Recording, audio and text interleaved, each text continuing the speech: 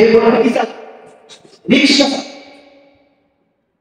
রিক্সা চালায় ওই ছোট্ট সন্তানটাকে গ্রামের মধ্যে 5 পাস করে আস্তে আস্তে মেট্রিক পাস করার পরে সেটা ইন্টার যখন শেষ করছে তখন ভার্সিটি পড়াশোনা ঢাকা বিশ্ববিদ্যালয়ে আছে। আলহামদুলিল্লাহ ভালো। এই সন্তান আর তার বাবা কি করে রিক্সা চালাতে টাকা পায় যে আমার ছেলে ভার্সিটিতে পড়ে কিছুদিন পরে চাকরি পাবে, আমি রিক্সা চালানো বন্ধ হয়ে যাবে, বাবার মনে আশা। এখন এই সন্তান ঢাকার মধ্যে গিয়ে ভার্সিটি চাকরি করার পরে সে বিসিএস করা পর্যন্ত হয়ে গেছে। সে বাবা মাকে না বলে সে ওই ঢাকার মধ্যে একটা বিবাহ করেছে। বাবা মায়ের কোনো খোঁজ খবর এইদিকে বাংলাদেশকে চালায় আর সন্তানকে টাকা পাঠায়।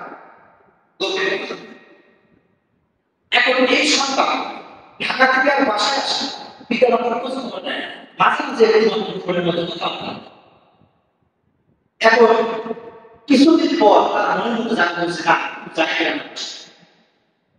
এখন ছেলে এখন বাসায় তার স্ত্রীকে না জানে, স্ত্রীকে যদি আমার জন্য বলে আমার বাবা এসে যা, তাহলে ওই স্ত্রী সংসার করবে। এ বলছে আমার বাবা অনেক বড়, আমার বাবা মানুষ, এই কথা বলে সে আর স্ত্রী যখন তার বাবা এসে যা সংসার টিকবে।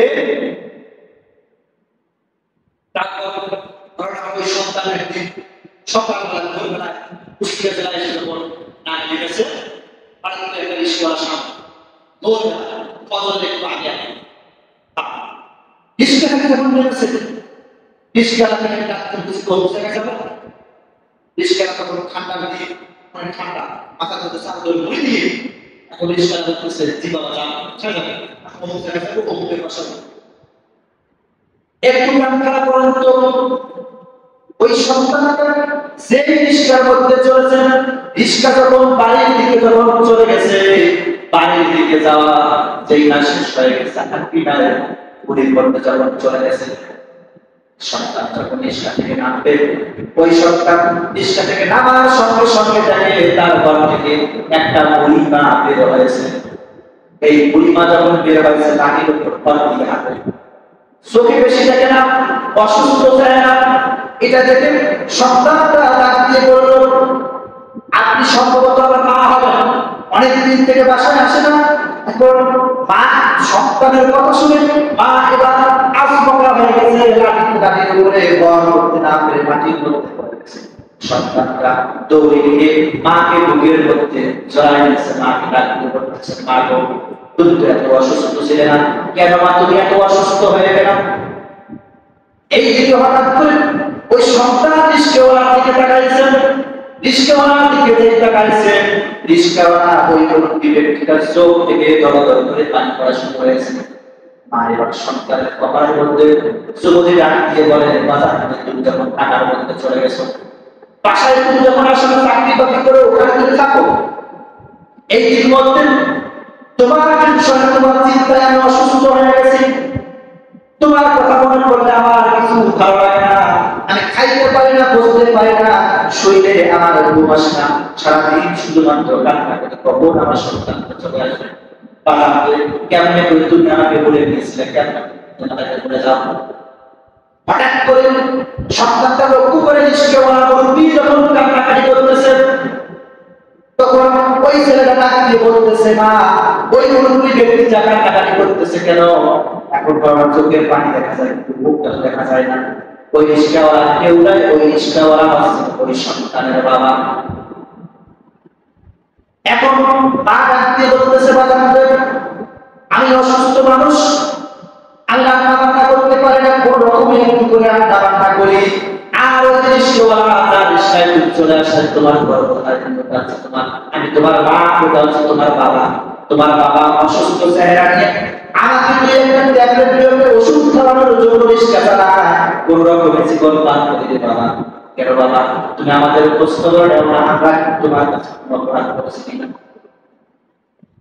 এবার বাবা বলেছেন সন্তানকে পরিবারের সঙ্গে যে সন্তানকে কপালের মধ্যে চুমু দিয়ে এবার সন্তানকে ডাক দিয়ে বলতেছে সন্তান রে মানুষ করলাম, টাকায় ইউনিভার্সিটি তোমাকে পড়ালাম, সেখান থেকে তুমি বিসিএস করা হয়েছে, বিবাহ করেছো, ভালো কথা, কিন্তু বাবা তুমি আমাদেরকে কেমনে দিতে থাকো?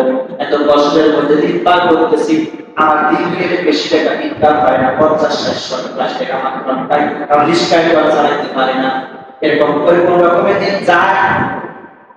এভাবে সন্তানের সঙ্গে যখন এই পর্যন্ত শেষ করে আরো ঘটনা সামনে, বাবা মাকে কিছু টাকা পয়সা দিয়ে যখন ওই সন্তান আবার টাকার মধ্যে ব্যাগ করেছে স্ত্রীর কাছে, স্ত্রী বুঝতে পেরেছে আমার স্বামী তো বাসায় নেই, নিশ্চয়ই গ্রামের মধ্যে গিয়েছে অথবা তার পিতা মাতা খবর নিতে গিয়েছে। এই সংবাদ যখন তার কাছে পৌঁছেছে, এবার স্ত্রী রাখতে বলেছে, শোনো আমার বাবা একটা ডিসিশন নিয়েছে, তোমাকে মালয়েশিয়ার করতে পাঠাই দিতে। কোথায় পাঠাই দিবে? মালয়েশিয়ার করতে পাঠাই দিবে। কেন? আমাদের দেশের মধ্যে গেছিল আর মালয়েশিয়া। এই মেয়েটার বাবা মার সঙ্গে চক্রান্ত করেছে যে আমার স্বামী যেন তার পিতা মাতাকে চাকরি না করে, এই কারণে দেশেই তো রাখা যাবে না, একে বিদেশে পাঠাই দেবে। এরকম ঘটনা আছে না? আছে না? এখন বিষয় বুঝতো, সন্তান যে বিদেশে যাবে, এই সন্তান বাবার গায়ে কয়েক দিনের ভিতরে ওই ছেলেটা বিদেশে ঢুকে চলেছে। সন্তানের বন্ধুরা আমার কাঙ্ক্ষা করে এই সন্তান যখন বিদেশে চলে গেছে, 3 মাস চাকরি বাকরি করার পর টাকা পয়সা করা, স্ত্রীর কাছে পিতা মাতার কোনো খবর নেই। 3 মাস যাই পার হয়ে গেছে, 3 মাস পরে একটা চিঠি, একটা ফোন কল স্ত্রীর কাছে চলে আসছে। স্ত্রীকে ডাক দিয়ে বলতেছে, ওই সন্তানটা ডাক দিয়ে বলতেছে, স্ত্রীরে আমি একটা অসুস্থতার মধ্যে পড়ে গেছি, আমি অসুস্থ হয়ে গেছি, এমন একটা অসুখ আমাকে ধরেছে যে অসুখটা আমার কাছ থেকে অন্যের কাছেও যেতে পারে, অর্থাৎ আমার শরীরের মধ্যে এমন একটা অসুখ ধরেছে, অসুস্থ আমি হয়েছি শরীর থেকে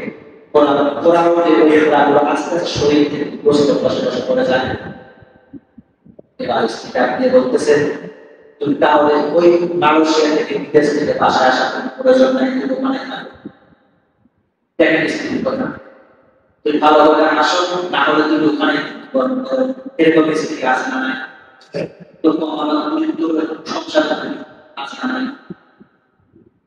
এই স্ত্রী যখন এরকম চিঠির জবাব দিয়েছে স্বামীর কাছে, স্বামী আবার ওই স্বামীর কাছে যখন চিঠির জবাব চলে গেছে, ওই সন্তান আবার তার শ্বশুরের কাছে চিঠি লিখেছে, শ্বশুরের একই জবাব, আমার মেয়ের কপালে এই যে বয়সটা, আমার মেয়ের কপালে শনি নিকাশ করানি, তোমাকে বাদ দিয়ে আমি অন্য ছেলেকে দিয়ে দিব। শাশুড়ির কাছেও চিঠি লিখেছে, শাশুড়িও একই প্রশ্নের জবাব বলে দিয়েছে। এখন সন্তানটা কি করবে? এই সন্তান এখন তার গ্রামের একজন বন্ধুর কাছে নাম্বার ম্যানেজ করে মায়ের কাছে ফোন দিয়েছে, গ্রামে মাকে ডাক দিয়ে বলতেছে, মা গো, আমি তো বাংলাদেশে নাই, আমি তো বাংলাদেশের বাইরে আছি, মা আমার শ্বশুর আমার শাশুড়ি আমার প্রশ্নের জবাব এরকম উত্তর দিয়েছে, ও মা তুমি কি বলো, আমি কি দেশের মধ্যে আসবো না? বাবা তুমি বলো আমি দেশের মধ্যে আসবো কি আসবো না? এবার মা চোখের পানি ছেড়ে দিয়ে এখন সন্তানকে ডাকে দিয়ে বলতেছে, সন্তান রে, কি এমন একটা ওষুধ তোমার হয়েছে, তুমি শুধুমাত্র বলো।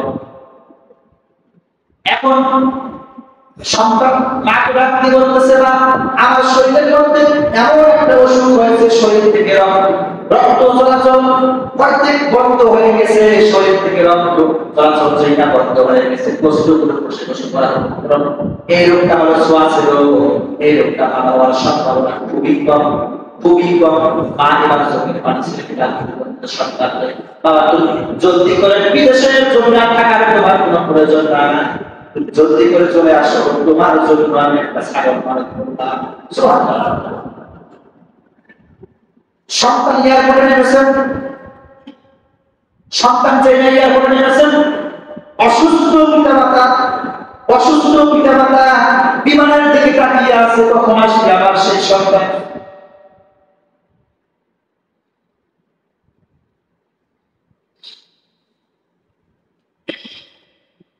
পিতামাতা তাকিয়ে আছে, কখন সন্তান বিমান থেকে যে লাগেজ যেই নেমেছে,